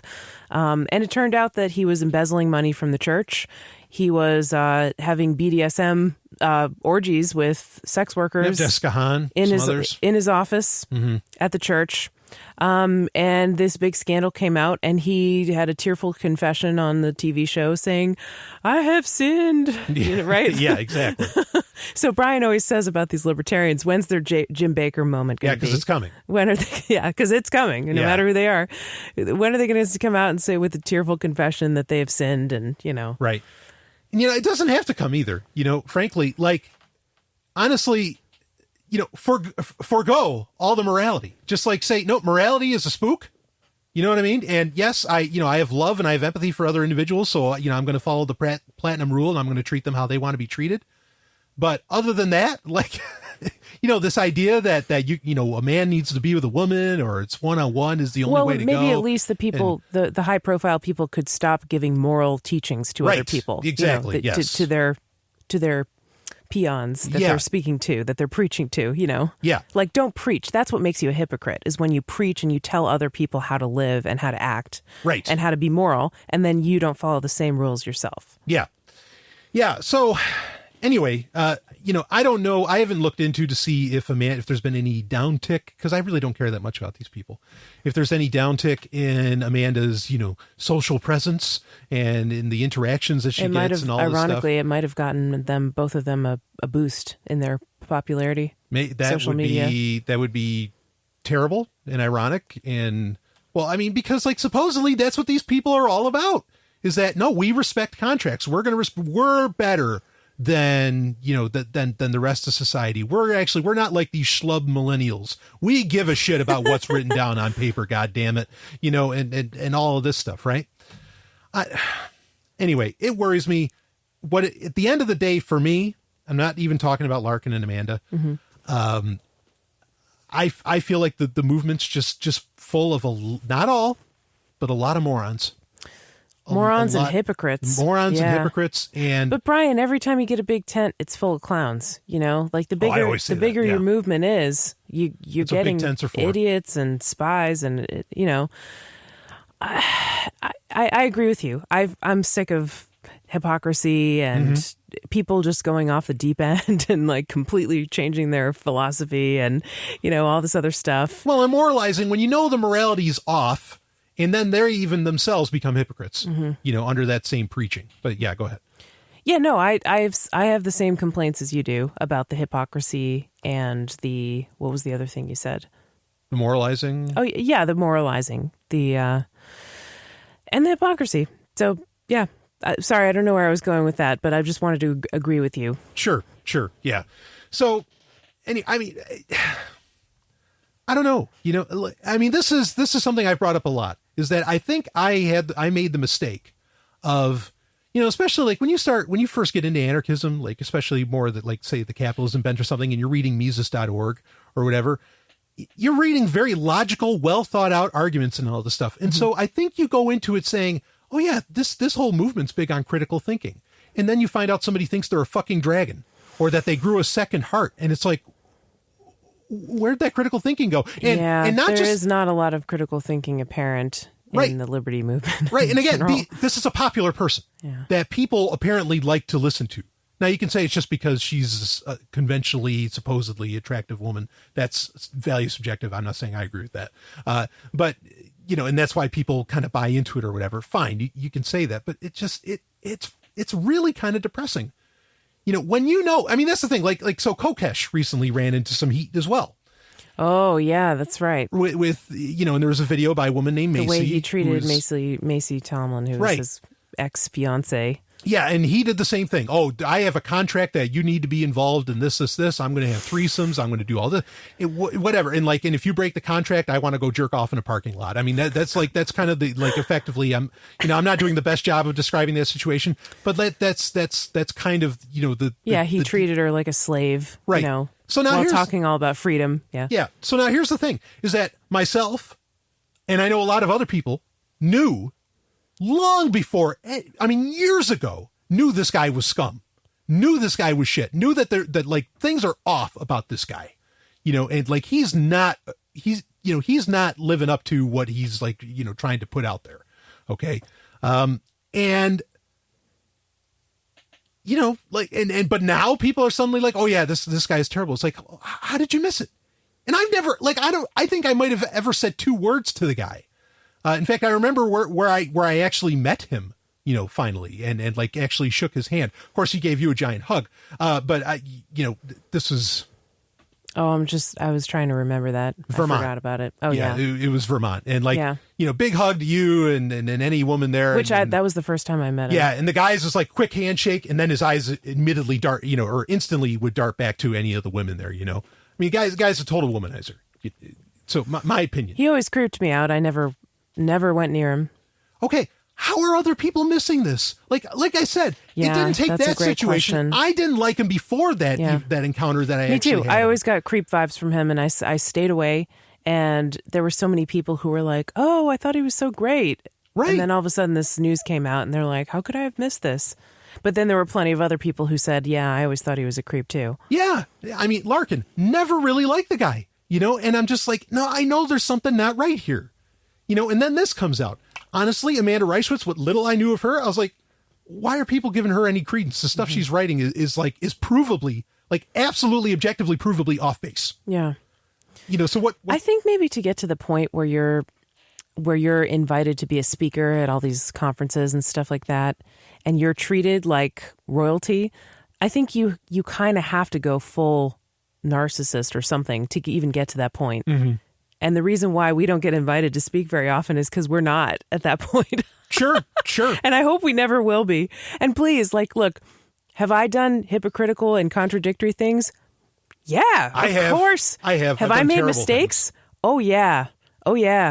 Have I tried to make up for some of them? Yeah, some of them not, right? But yeah, I mean, we're human like everybody else. Yep. But at the very least, you and I, Brian, we try not to come from a position of moral superiority. Yeah. We're just fellow travelers. We're not over and above anybody who listens to this show or is a patron or whatever. Right. We're like on the same level with you. We're human beings, and we're not claiming to be dragons or kings or gods or rulers or masters, while saying no gods, no masters. know. Yeah, exactly. Right. So at least from that aspect, we really try not to be hypocritical. And maybe we'll never get that famous because of it. And I'm fine with that. I don't want to be very famous. No, I really don't. Yeah, I don't either. I mean, I like being able to express myself on a podcast, but I don't want to be like that famous. Yeah. To the point where I have no privacy. Yeah, exactly. Yeah. Yeah. Yeah. So I think that kind of sums it up. I'm just, Sorry, I feel like I interrupt. Did I interrupt what you were saying? And no. Want to say more? No. I just I feel a lot of, and again, folks, I don't hold any of these people as heroes. Not Kokesh. You go down the list of celebritarians, I don't hold any of them up. I feel disillusioned with the movement. My problem is that that I see these people get the social signals that they are something else, and they're not. And what they have to say often enough, I think is again, off base, or even concerning, especially when you talk about, well, what do you do about an app violation? Woohoo. Yeah. So I feel really disillusioned with libertarianism and anarchism in general. Again, I don't want the accolades that they get. I'm not interested in that. That's not a part of the program. I think you would like it if people acknowledged all the hard work you put into the show and all the good ideas that you have by asking you to speak. And that happens sometimes, but it's not like every libertarian conference is like, oh my God, we have to have Brian Sovereign as a speaker. You know? Yeah. Well, I don't want people to be sycophantic. Yeah. I mean, like that. Yeah, no. Yeah. As to where I think these other people, they really eat that up. Yeah. They really eat it up. Yeah. So, like Michael Dean says, everybody has groupies. Yeah, right. If they're going, if they're going to conferences, they definitely have groupies. Yeah. I mean, oh boy. Anyway, we could go on forever. Yeah, we could. This. We've already done quite a long show. How long is it? Let's see. I don't have glasses on again. We got it. I know we're over an hour. Drum roll, please. We're like an hour and a half. Hour and 40. Oh, higher? An hour and 51. 47. Holy shit, this is almost 2 hours. Every time you come on, it's almost 2 hours. Yeah, I know. It's okay. I love doing whatever. shows with you. Yeah. People will like it. Yeah, I'm sure they will. So anyway, we did some shit talking. We talked some sex. Oh, yeah. Yeah. I feel a little better, and I hope you. And oh, good. And look, folks, if you disagree with anything said here, message me, email me, and believe me, I'll talk about it. We're still, Stephanie, you and I are still going to do the response show. Yeah, to we're a couple sitting of on Q&As an email ago. we have. Yeah, yep. Very gracious email. One that I think is important to get out there, and a few others. There's actually more than just that. Someone else also on Patreon shared some thoughts on SJWs and things like this, and I want to cover those. I want to talk about that and give them the respect due. Talk to me first before you go saying, wow, that Golden Stallion's crazy or, whatever. But do you literally think you're a Golden Stallion? Nay. How's that for an answer? That was funny. Nay. Good job. We didn't plan that, folks. No, not at all. So, and in case you didn't get the pun, no. So anyway, Stephanie, thank you so much for being on. Thank you, Brian. Yeah, this definitely went a lot longer than I anticipated, but that's okay. That's all right. I'll have maybe we'll have another show or so out this week. Besides, of course, we'll have Sex and Science Hour out on Friday and Sovereign Tech episode 200. Woo! That's going to be a good time. And if we got to fit a weekend in there somewhere. And if you haven't listened to 199C yet, get on it. Definitely. I guarantee you a good time. It's so good. I'll tell you something. I think there's people who are either Jillen or jacking. I said that last night, too. They're either jilling or jacking off to that. Oh, yeah. And you tell me. How could you not? Well, right. But you tell me what other podcasts exactly, especially ones that aren't like, that don't have sex in the name, like Sex with Emily or some bullshit. You know, she's fine. Anyway, you tell me what other show you jerk off to like that, you know, or Jill off to, because I know a lot of ladies listen, you know, I know. All right? And in fact, I've had lady listeners of this show say that they explicitly said to me, or explicit? Right. Yes. Yeah. Explicitly said to me, more sex. You know, like, bring it on. All right. The ladies have spoken. Yeah. Gotta give them what they want. Absolutely. So anyway, I mean, that's Sovereign Tech for you, baby. Anyway, and I can't take credit alone because, of course, all the lovely ladies that helped out with that episode were, yes, you know, the they major were also part of it. Good. Yeah. So, all right, enough of that. There it is. Carpe Lucem, everybody. Stephanie, again, thank you so much for being on. Of course, people can find more of you at smvoice.info, and that has nothing and to sexandsciencehour.com. That's right, and SM has nothing to do with S&M. So yeah, it's just the unfortunate coincidence of my initials. I'm sure my parents, that was the last thing on their mind as they named me. I am sure of that, actually. So anyway, Carpe Lucem, everybody. I hope it was a fun little Q&A for you, or a long Q&A for you. I'll see you on the other side.